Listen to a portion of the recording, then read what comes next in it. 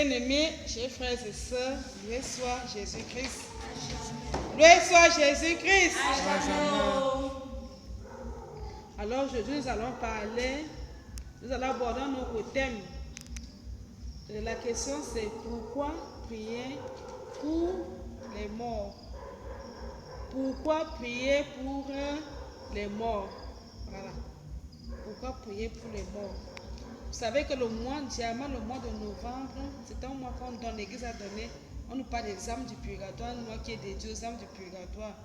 Le 1er novembre, nous fêtons la Toussaint, tout fait de tous les saints. Tous les saints, parce que vous savez qu'il y a des saints, pas seulement ceux qui sont dans le sanctoral, mais dans le martyrono romain, il y a même dans nos familles, nous avons des saints.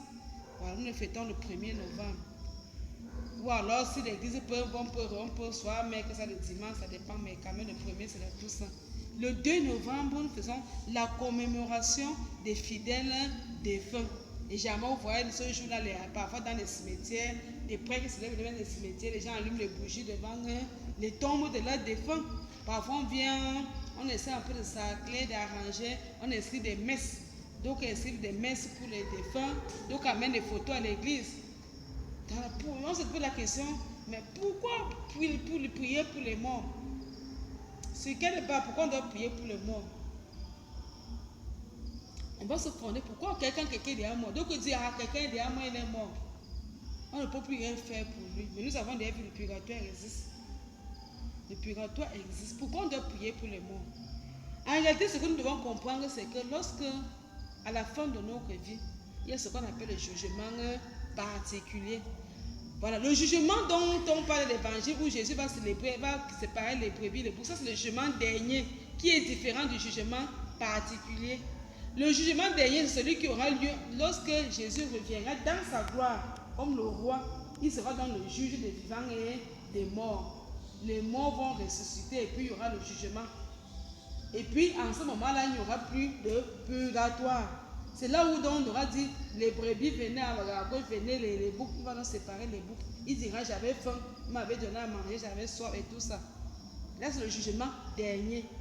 Comme on chante souvent, au dernier jour du grand retour, dans la clarté d'un ciel nouveau, le Seigneur viendra sur terre pour juger l'humanité.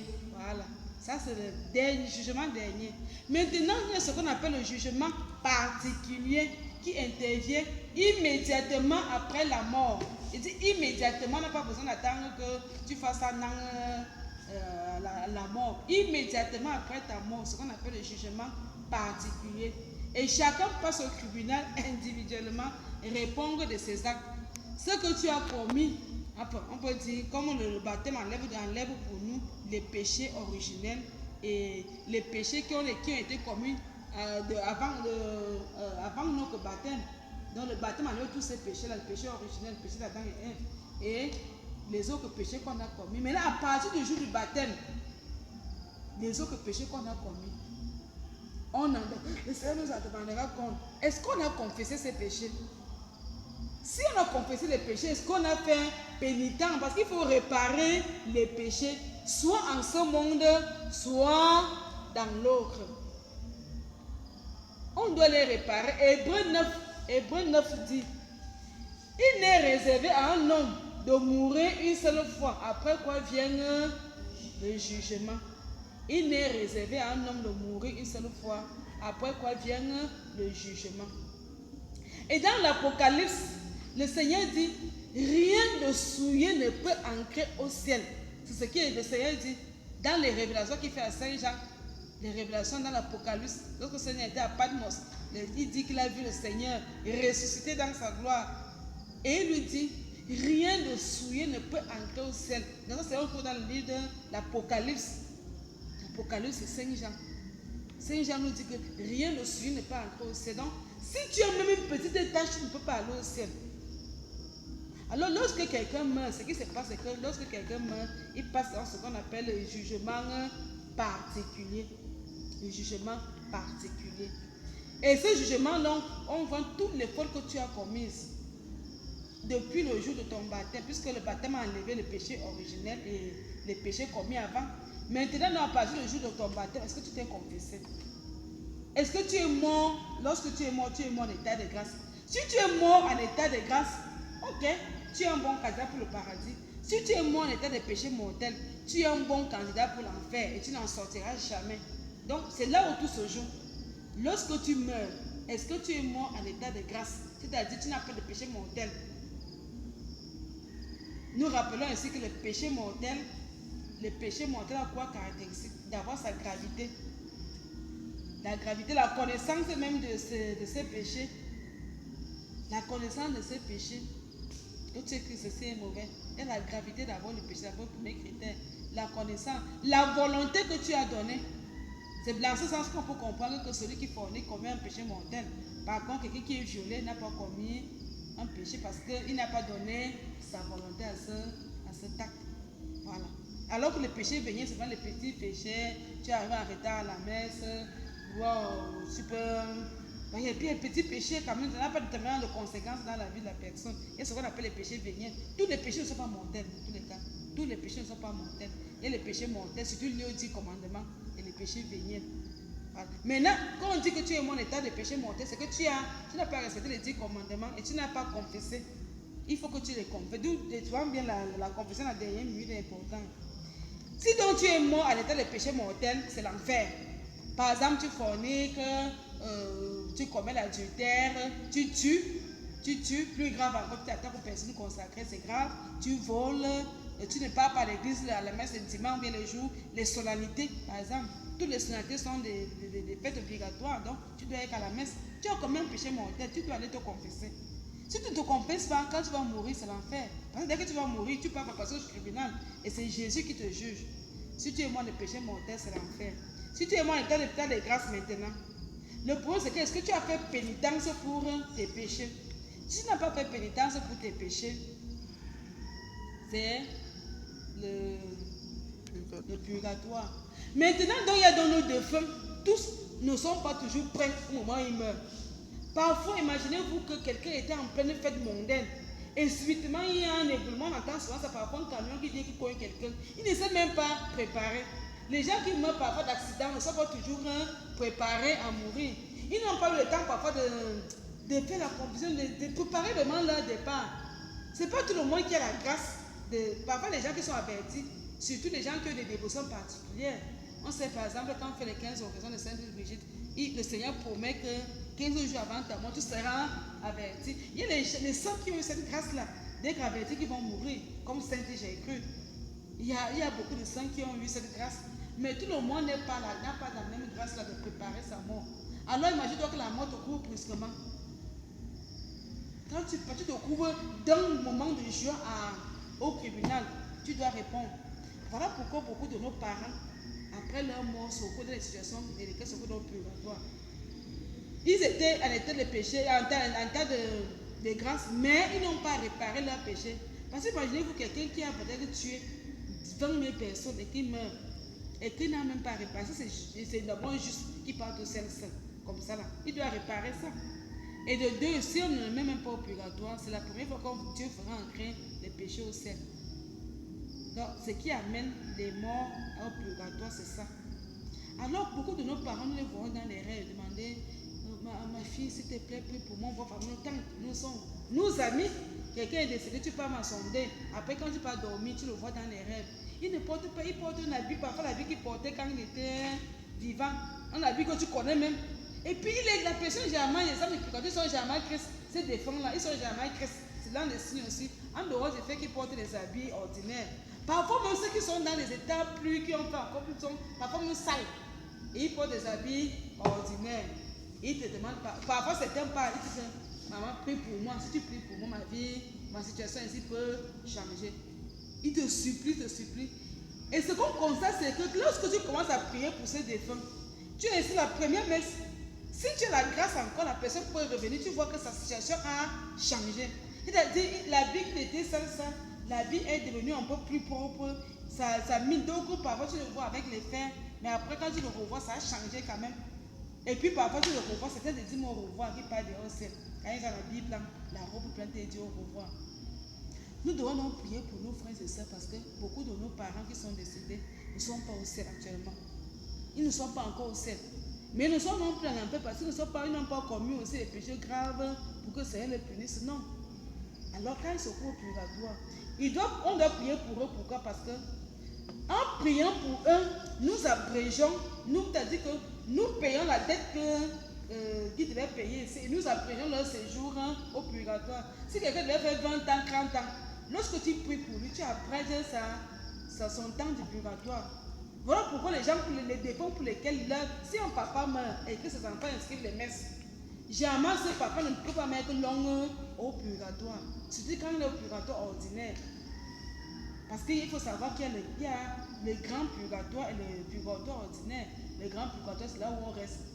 Tant que tu es là-bas, les prières qu'on fait sur un peuple t'aider. C'est le jour que tu quittes là pour venir dans le purgatoire ordinaire que les prières qu'on fait sur toi. Et le purgatoire ordinaire, nous dit Sainte Mectide et Marie Batois, c'est structuré, en grâce, ça a plusieurs échelons. Donc, ça dépend de d'où on te met. Tu commences donc à monter au fur et à mesure que tu te purifies, au fur et à mesure qu'on prie pour toi. Tu montes jusqu'à ce que tu vas arriver à un niveau et t'envoler vers le ciel. T'envoler vers le ciel. Donc, quand on prie pour les morts, l'expérience a montré que quand tu commences à inscrire les messes pour les défunts, quand la personne revient dans tes rêves, tu constates même que l'aspect a déjà changé. Parfois, la robe n'est plus seule, parfois, la robe est déjà pauvre. Parfois, tu le vois en robe blanche, tu comprends que la personne est en train d'aller au ciel. Nos prières sont puissantes aux mains du Seigneur. Nous pouvons délivrer nos défunts. Donc, nos papas, nos mamans qui sont décédés, les oncles, tantes, et qui reviennent nous voir, nous pouvons les délivrer par la prière. Nous pouvons les délivrer. Et lorsque nous les délivrons, parce que nous avons plusieurs moyens de les délivrer, par la prière, nous pouvons inscrire les messes.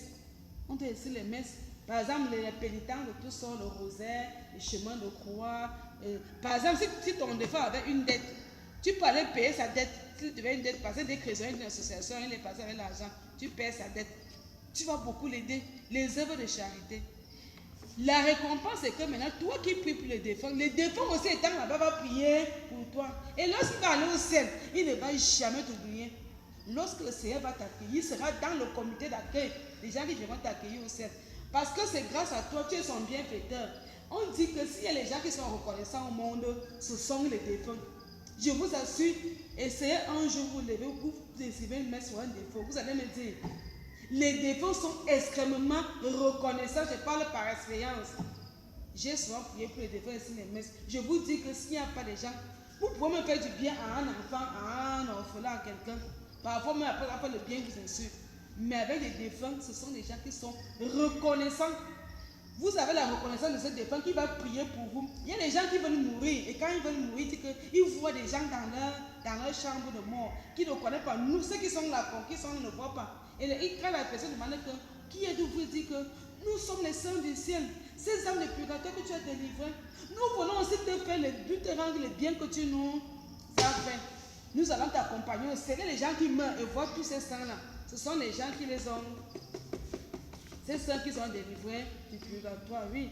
Il y a des gens, on dit que celui qui a prié longtemps pour les morts n'a rien à craindre du purgatoire parce que Dieu lui donne l'occasion soit d'échapper au purgatoire, soit alors de faire une courte durée au purgatoire. Les gens qui ont prié pour les morts n'ont rien à craindre du purgatoire. Ils feront un cours, soit ils n'iront même pas au purgatoire parce que les défunts vont venir intervenir pour eux en la faveur. Soit alors ils feront un court séjour.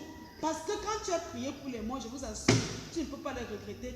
Parce que les défunts sont reconnaissants. Non seulement prieront pour toi pour les besoins temporels, mais aussi seront dans le jour de ta mort. Et maman Marie, qui est notre mère, elle que les âmes du portail appellent les 3 du matin, elle te sera reconnaissante parce que tu vas l'aider. Elle qui à chaque fête descend au purgatoire, comme nous venons de faire une fête immaculée, qu'on descend au purgatoire, elle délivre les âmes. Donc quand tu délivres, tu travailles avec elle pour le délivrement des âmes. Le Seigneur Dieu même te sera reconnaissant. Le Seigneur Jésus va te reconnaissant. Pourquoi? Parce que en priant pour les morts, tu lui donnes des âmes pour aller nous lever. Et tu vois que chaque âme qui est encore au ciel, qui devient un saint, va aller adorer Jésus au ciel. Va mieux faire ce que nous faisons mal ici sur terre. Voilà. Donc, quand nous prions pour les morts, nous donnons des saints, des voix qui vont aller louer Dieu au ciel. Donc, Dieu, notre Dieu sera reconnaissant avec nous. Il va nous bénir. Et le Seigneur dit qu'il regardera comment faire à lui-même ce qu'on aurait fait à un autre. Donc, et il va te rendre ça au centuple. Donc, si tu as dépensé 5 000 francs pour essayer la messe pour un défunt, quand tu vas mourir, le Seigneur fera 5 000 francs fois 100. Ça te fait combien? 500 000 que tu vas récolter le jour de ta mort. Mon frère, ma soeur, qu'est-ce qui t'empêche d'aller essayer la messe pour les défunts de ta famille? Qu'est-ce qui t'empêche de réciter le rosaire pour ta famille? Qu'est-ce qui t'empêche d'allumer même une bougie, un cierge pour ta famille? Je t'assure, fais l'expérience et tu m'en diras. Peut-être aussi chacun d'entre vous vont prier pour les morts et ont eu des bénéfices. Vous pouvez faire le témoignage là-dessus. Vous avez prié, hein, ou alors prier pour quelqu'un, ou alors vous avez vu la situation. Vous avez des témoignages de quelqu'un d'autre, un ami qui vous en a parlé. Parce que c'est aussi bien de... Les témoins aident les autres à fortifier la foi. Parce que lorsqu'on parle comme ça, c'est toujours bien de voir. Dès que vous pensez que... Si vous avez vu un ami qui vous dit qu'il avait prié, peut-être que pour quelqu'un de sa famille, bien un ami, et puis il a vu une situation, la situation du monde changer. C'est-à-dire pourquoi il faut prier pour les morts, par exemple. Qu'est-ce qui pour motiver quelqu'un à prier pour les morts? Donc si quelqu'un a un témoignage peut aussi le faire. Ou encore une question. Soit un témoignage, soit une question. Alors, moi c'est davantage un témoignage. Ou alors un témoignage qui regroupe plusieurs autres témoignages. Bon, en réalité, je n'ai pas prié particulièrement pour les défunts.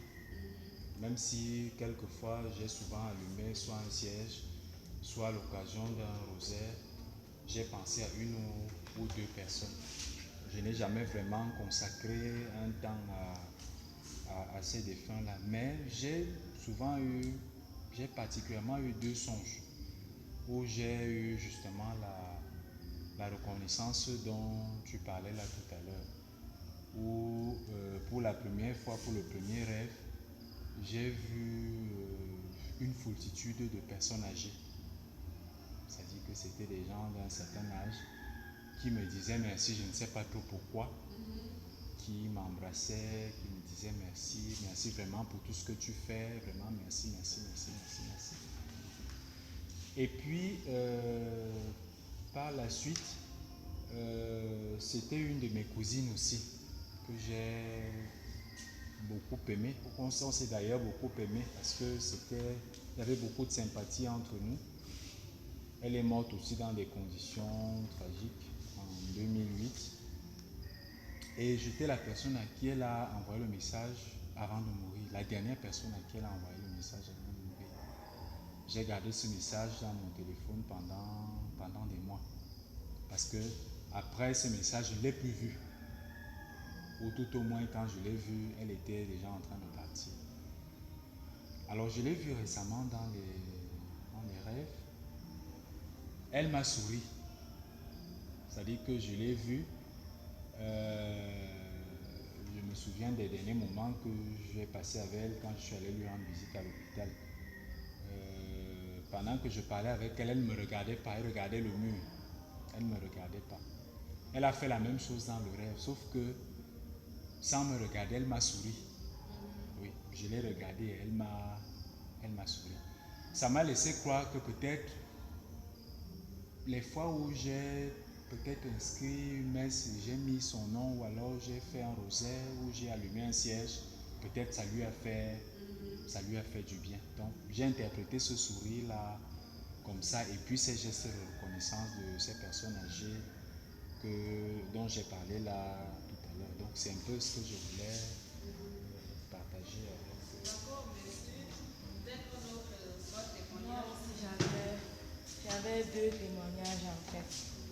Oui, la sœur venait de parler tantôt des âmes du purgatoire qui sont toujours reconnaissantes. Je vais évoquer le premier cas, c'est le cas d'une jeune dame. Elle avait pris sur elle l'engagement de toujours offrir des messes pour les âmes du purgatoire. Alors, un jour, elle a eu à perdre son emploi.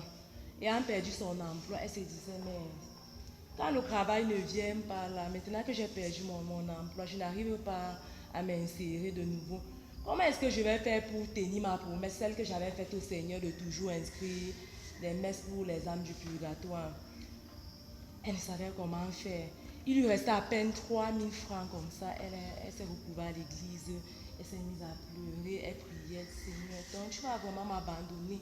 Et l'offrande que j'allais alors faire pour ce mois, est-ce que je vais encore pouvoir inscrire une messe? Elle s'est engagée à offrir la messe. Elle a pris son argent, elle a offert une messe, elle a inscrit une messe pour les âmes. Alors là, voilà qui ressort du presbytère, toute déçue. Elle était vraiment inquiète que j'ai donné tout ce que j'avais pour vivre maintenant. Je n'ai pas d'emploi, je ne sais même pas ce qui va se passer. Pendant qu'elle marchait, elle a senti une main la tapoter derrière. Quand elle se retourne, elle voit un jeune homme. Le jeune homme lui dit, voilà une adresse, va demander le travail à tel endroit. Elle arrive, effectivement, il y avait une maman là-bas, à cet endroit. La maman l'a recrutée comme sa secrétaire. Pendant qu'elle y était, elle regarde les murs, elle reconnaît, elle voit un cadre photo.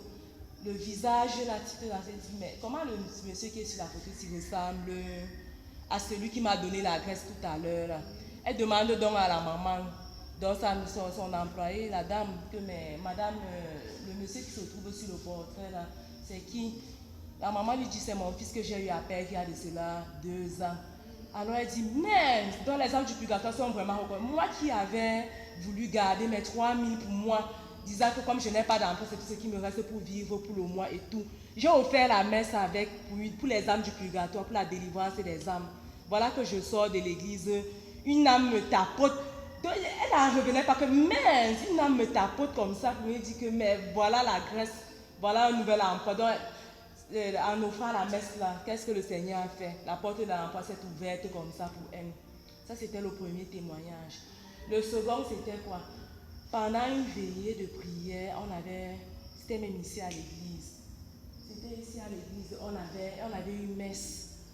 Alors, il y a une personne parmi nous qui s'était mortifiée. Qu'est-ce qu'elle avait fait? Elle avait passé toute la journée sans manger pour la délivrance des âmes du purgatoire.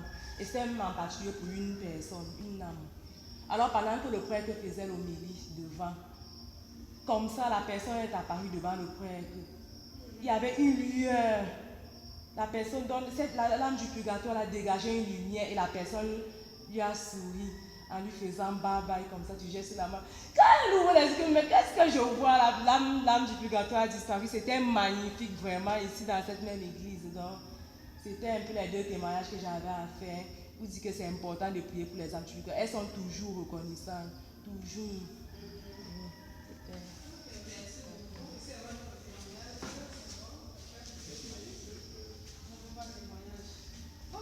Donc, il y a des témoignages on connaît beaucoup de témoignages des personnes qui disent vraiment avoir vécu. Surtout, on a remarqué, on se rappelle la maman qui était résidente de la SOCAP, association qui prie pour les âmes du purgatoire. Et on dit que cette maman qui était même dans l'église, quand elle décède, les membres de la SOCAP ont inscrit des messes pour le repos de son âme. Et on dit 2 jours après, on a rêvé d'elle et elle portait la robe blanche. Donc vous voyez que les fleurs, elle avait un bouquet de fleurs à main et une couronne de roses. Cela veut dire que le fait que toute sa vie, cette maman s'est dévouée pour prier pour les morts. Et fait qu'en plus de cela, on s'est pour prier. Vous voyez comment en 2 jours, non seulement qu'elle portait la robe blanche, mais on lui a donné la couronne de roses. Ça veut dire que ça paye de prier pour les morts. Je connais aussi quelqu'un qui m'avait raconté l'histoire que sa grand-mère avait rêvé sa grand-mère. Dans toute sa famille, sa grand-mère qui était la plus pieuse. Et elle était vraiment dévouée, elle fait son rosaire. Et quand cette maman est morte, le jour qu'on a mis le corps était encore à la maison pour la veillée mortuaire. Pendant la veillée, elle a rêvé de sa grand-mère. Sa grand-mère portait une robe blanche, vêtue avec les récuits. Et quand on essaie de demander, mais comment ma grand-mère, on s'est rappelé qu'elle était un grand dévot. Elle offre le rosaire pour les âmes. Beaucoup de personnes témoignent, beaucoup de témoins témoignent d'avoir prié pour les âmes. D'autres témoignent disent qu'ils avaient été malades. Je raconte l'histoire d'une maman qui avait un mari qui refusait de prier. Alors les prêtres sont allés évangéliser. Le père il a dit qu'il ne va jamais aller à l'église, il ne va jamais se confesser. Alors le père a recommandé à la maman d'amener ses enfants faire le chemin de croix à l'église. Et d'offrir ce chemin de croix pour la délivrance des âmes du purgatoire. La maman a fait cet exercice pendant je ne sais pas combien de jours, 9 jours, avec ses petits-enfants priaient. Et lorsqu'ils sont arrivés au dernier jour, le papa est venu à l'église. Il s'est confessé, il est revenu à l'église. Vous voyez comment Dieu veut que nous prions pour les morts, même pour les biens spirituels. Vous voyez que si tu veux le travail, maman, va prier pour les morts. Les morts vont prier Dieu pour que Dieu te donne le travail. Oui, tu es malade. Prie pour les morts. Les morts là vont aussi prier pour que Dieu. Je vous assure, il y a des témoignages. Si vous allez même partout demander à eux dans vos familles, les gens vont vous témoigner que Oui, dans les familles. oui, beaucoup ont prié pour les morts et ont obtenu ce qu'ils ont demandé. Longtemps demandé à Dieu, ils l'ont obtenu. Les mamans qui ont cherché la grossesse à tomber enceinte, ils ont fait des messes pour les défunts. Libération pour les familles. Là. La libération même pour les familles, les problèmes des familles, les problèmes dans les familles, les malédictions ancestrales. En priant pour les morts, ça a dégagé. Et lorsque la preuve en est que tous ceux qui ont prié pour les morts, quand tu pries pour les morts, tu n'as pas à craindre le purgatoire. Tu n'as pas à craindre. Le Seigneur te donne l'occasion pour que soit tu échappes au purgatoire, soit tu ne fais pas un long séjour. Parce que tous les morts que tu auras délivrés, qui sont des saints, ils vont revenir le jour de ta mort. Ils vont venir dans le tribunal pour dire à Jésus que c'est grâce à lui que nous sommes au ciel. Pour faire pencher la balance vers la miséricorde. Sainte Jésus a longtemps prié pour les morts. Et lorsqu'elle est morte, elle a rencontré toute la grâce fois 100. Donc tu te donnes 5 000 francs pour la messe pour un âme de purgatoire. C'est que c'est 5 000 fois. Tu vas récolter le jour de ta mort 500 C'est une grande œuvre de charité. mais c'est une grande œuvre de charité. Et si tu es sur la récompense, c'est les morts. Donc mes frères, mes soeurs, vraiment, laissons les fausses querelles, les morts. Prions pour nos morts. Que chacun prenne la décision dès ce jour. Je cours au secrétariat, j'inscris la messe pour les défunts, les morts. Vraiment, nous rendons grâce à Dieu et nous prenons la décision que chacun de nous va prier pour les morts. Merci.